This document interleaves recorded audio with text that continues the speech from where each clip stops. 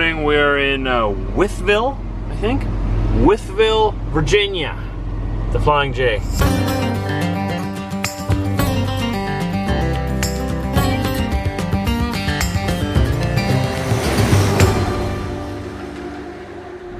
Wonder what that means for today. I wonder if that means something for today. Diesel, what do you think? So that should take us about 6.5 hours to do just straight driving if we didn't stop. But we do need to stop for fuel and to eat a few other things. So we're going down to Jackson, Georgia. I guess we'll see what happens along the way. Off we go. We're actually just gonna go a little ways up the road where we can fuel and then be on our way. And I'll grab a coffee there. Yesterday I couldn't grab a coffee till much later in the day because we were driving through the congestion of New York and everything there. I thought we were going to go through Washington, D.C. and Baltimore, Philadelphia yesterday. I ended up taking, I don't know if it's the longer route, but it's the country route is what I would call it, going around all the population through Pennsylvania there. It was beautiful. Oh yeah, it's beautiful and much less stressful. God bless America, you know that? God bless America. You and all your waffles down here in the South. What is up with you guys and your obsession with waffles? There's a Waffle House on every exit, just about. Even the Hampton Inn and Suites, they have these big billboards and signs and advertising for their hotel. And their advertisement was waffles and free Wi-Fi. Waffles and Wi-Fi. All over the place. Waffles and Wi-Fi. You guys really like your waffles down here, and I like that too, so I approve of that message. Me and Brit were joking around. Yesterday we were craving McDonald's, right? We didn't go get McDonald's, but we were craving it. We're like, you know what would be nice right now? McDonald's. We look over to the side, poof, there's a McDonald's. Like, wow, there's one right there. Like, you know, I really like Burger King too. Look to the other side. Huh, there's a Burger King right there. It's just like you say something and it just, poof, materializes. America! And now we're at a rest area here in North Carolina. And we're driving down, whatever, listening to the news and whatnot like usual. And suddenly we're like, you know what? Sort of got to go to the washroom. Poof, there's a rest area. It's just America. All you got to do is speak it and it just, it exists right there for you. Right, Diesel? God bless America. She's got everything. At this point, I'm almost tempted just to go like, I want to go to Disney World, and then I'll turn around and poof, there it'll be. I'm serious. It's so amazing driving down here after being in Canada for so long. Don't get me wrong. My fellow Canadians up there, I know we have a pretty decent country up there and whatnot, but as a truck driver, in my own personal opinion, and I know pretty much every truck driver who does international from Canada will agree with me, it is so much better in the States. Like, not even comparable. Trucking in Canada to trucking in the States. Not even comparable. I've said this many times. Excuse me. And today just reminded me of that again. You know, in Canada, you're driving through Northern Ontario or something, or you're driving even across the prairies, and you're like, you know what, I gotta go to the washroom. You're like, shoot, where is the next bathroom? Am I gonna have to like pull over and go pop a squat by a bush over there? Or like, what? There's no rest areas, there's no bathrooms. A lot of times it's not truck friendly. In America, it's like, you know what? I should probably stop soon and go to the washroom. Poof, there's a rest area. Running water, flushing toilets, air conditioned, heated, paved parking. It's amazing. I'm just really excited right now. I also just finished a large coffee, so I'm a little bit off the chain right now. This message is why I keep saying this, because I know I have a lot of people watching my videos, a lot of reach with my voice in my audience. And I don't know who you all are. I don't know who very many of you are at all. And by the slight chance that maybe somebody who has some influence over these things in Canada hears my videos and hears my concerns and what I think we could do better in Canada, if they hear that, maybe that'll make it into a meeting someday and they'll talk about it and maybe make some changes. Chances are they probably won't. You never know. You never know. If you want to know how to build proper highways throughways, rest areas, truck stops. All we need to do is look over to our friendly neighbors to the south. America's got it down pat. Let's do what they're doing. Okay, we don't want to totally copy them. Let's give them credit, all right? We don't want to, like, plagiarize or anything, right? I don't know if that's possible, but I think they would be honored if we would say to them, you know what? You guys did it right. You guys have got something good here. We're going to try to do something like what you guys have done. I think they would be honored to hear that. They'd be like, oh, cool, thank you very much. We think it's awesome, too. Marca. It's probably exactly what they'd say. But I should probably talk about the good things of Canada as well. Canada, on the other hand, is very wild. A lot of open bush, a lot of open land and space, a lot of wildlife. That's the kind of thing that you don't see in the United States. These 2-lane roads in Canada that we have, yeah, they're frustrating. But once we build the big interstates, bypassing all the towns, we will miss a lot of scenery. I'd still like to build the big interstates, or what would you call them, the interprovincials, whatever. But the wildlife and the wilderness, the emptiness, the peacefulness in Canada, at least right now, the peacefulness is sometimes mind-boggling. Especially when we went up to Yukon a few weeks ago, a month ago? For New Year's, we were in Yukon territory, up next door to Alaska. The most empty place I've ever been in my life. And there was just herds of bison just wandering over the roads and hanging out over there, hanging out there. Herds of caribou just hanging around.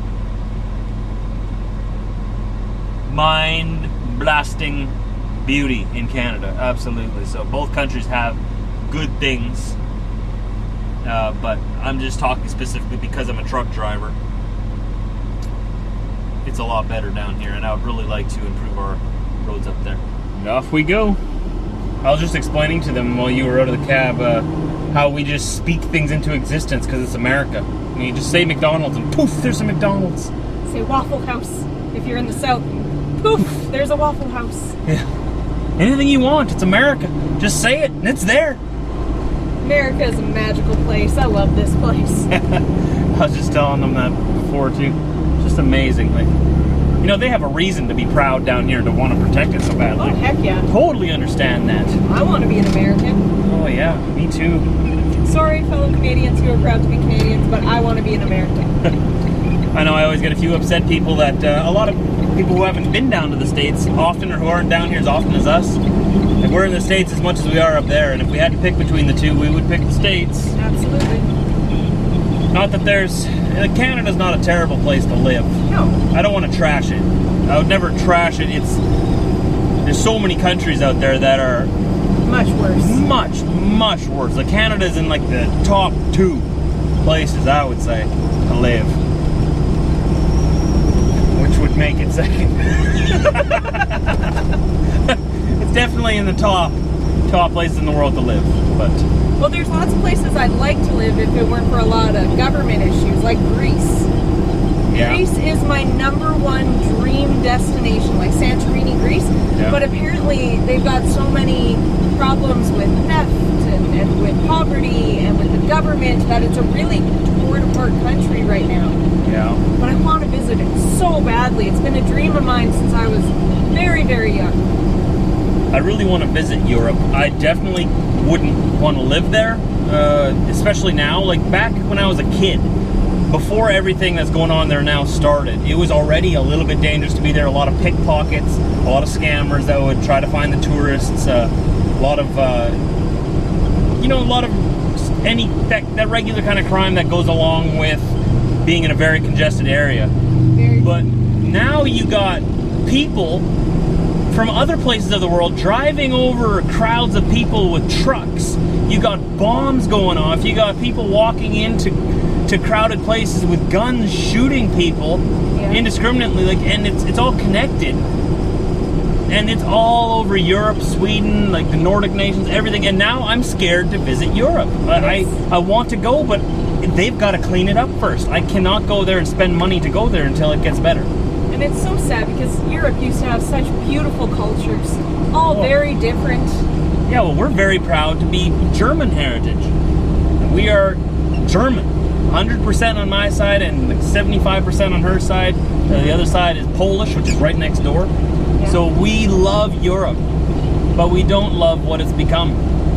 It's completely changed. And other than that, though, Australia is another place that I don't know a lot about, but you know, you read about it, it's just really far away. But it reminds me a lot of Canada, just with different accents and funny animals, and a lot of terrifying spiders.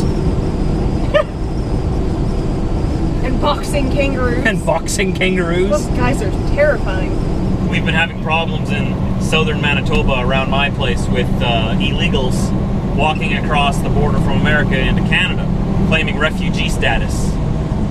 They're not Americans. They're Somalis and Ghanis. Ghanis? However you say their country name. They're people that have been brought into the United States and that are either having their status revoked or deported or whatever. They're not supposed to be here. A lot of them have landed in South America and walked their way or made their way up through Mexico illegally into the United States, and now they're illegally crossing into Canada because there's better benefits up there and whatnot. So I'm thinking, it's illegal. There's no such thing as an American refugee. There's no wars in America here, nothing to make them a refugee, right? And there's a treaty that we have signed between the two countries that states that. So, what I'm thinking, our government is right now opening the door to a lot of these people. And, so I'm thinking, because they're able to illegally walk through our properties in southern Manitoba and get into Canada and become a refugee, I'm thinking, maybe I'll do the opposite and I'll walk through the fields into America and claim refugee status there. Why not?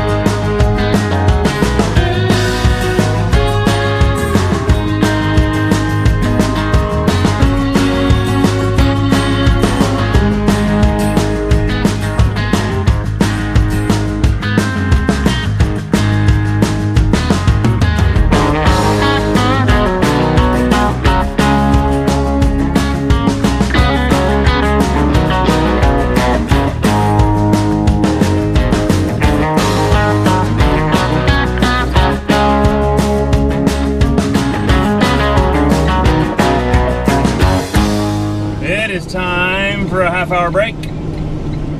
Pull into the pilot here, exit 35, South Carolina. South Carolina. South Carolina. You gotta say it right. You say it right. Carolina. Make a U-turn. The I is very pronounced. South Carolina. Hey, look at Bojangles. What a weird name for a restaurant. We're gonna have to eat there one day. Just say that we ate at Bojangles. Just so we can post it. Yeah. We ate at Bojangles. And then take a selfie outside the sign. Yep. Real happy one. All right, truck, come on, pull, pull, pull, pull, pull.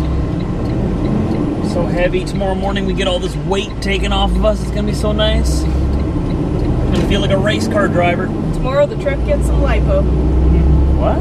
Liposuction. Oh, I guess, yeah, it's gonna suck the freight right out of there. That's right. I never thought of it that way before. That's new. That's quite the analogy. I know. Tomorrow we're getting lipoed. Turn right onto I-85 North. Or I'm gonna turn left into Pilot.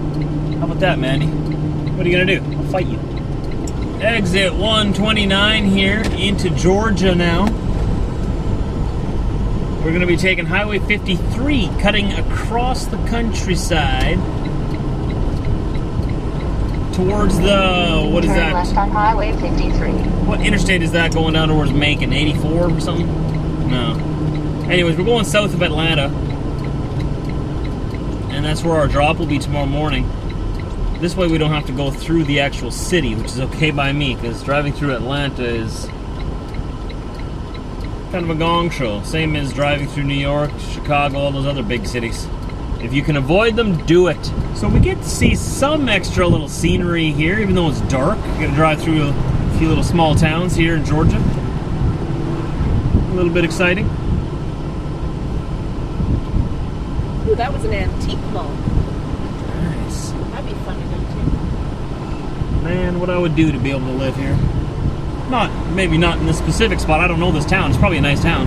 But just in the south where there's no winter. One day. Tell you what, one day, maybe. That is a majestic house. That is a town hall. That's town hall. Wow. I bet he was once a house of some like very powerful man. A lot of Southern pride over here. I love it. Yeah. Oh yeah.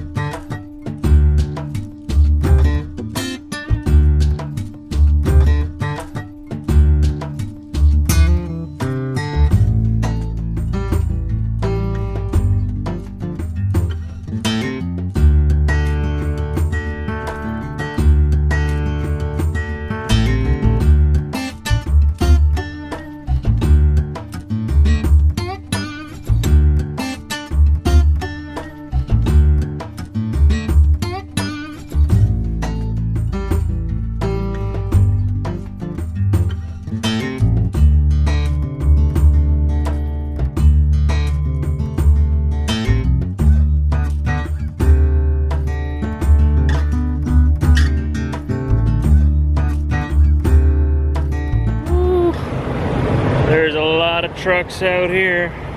This is just one truck stop. You got a Flying J on this side. You got a Pilot on the other side. You got a TA, a Love's on the other side. And they're all just packed with trucks. Except for here, these are the reserved spots. You got to pay to park here. So obviously, naturally, they're sitting there empty. No one wants to pay to park. 25 degrees out here right now. It's warm. Look at you in a t-shirt. I know. I just realized it's like 50 degrees difference at home right now. Celsius. Yeah, it's what, minus 20 at home right now? Well, it's cold. So 45 degrees. We're gonna meander our way inside, see what they have to offer here. Well, they do have their fair share of options for drinks.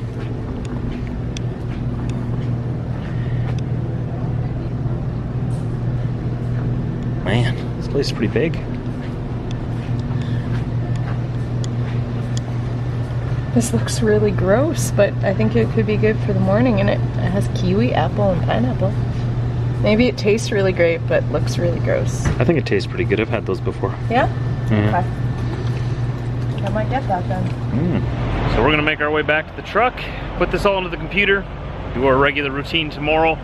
We gotta go about 20 minutes down the road, deliver our freight, get that off of there, and then find out what they have for us next. Hopefully, I'm kind of hoping to head towards home, just because I want to pick something up in Pembina at the border. We'll see what happens. I'm hoping to be able to head home from here, just because we've been to Newfoundland, came back down here. To go home from here would be a nice little loop, you know? Been gone for it'll probably be about a 2.5 week trip by the time we get home. So I put in a request, but that's just that, it's just a request. We'll see what they have for us tomorrow. It really depends on where the freight's moving. If the freight's moving east, well, then we'll be going into Ontario or Quebec. Hopefully not Newfoundland for a little while yet. Nothing wrong with Newfoundland, it's just once in a winter is enough. We'll go back in summer. Yeah, we're loving this green grass. Wow. It's amazing. It's been so long.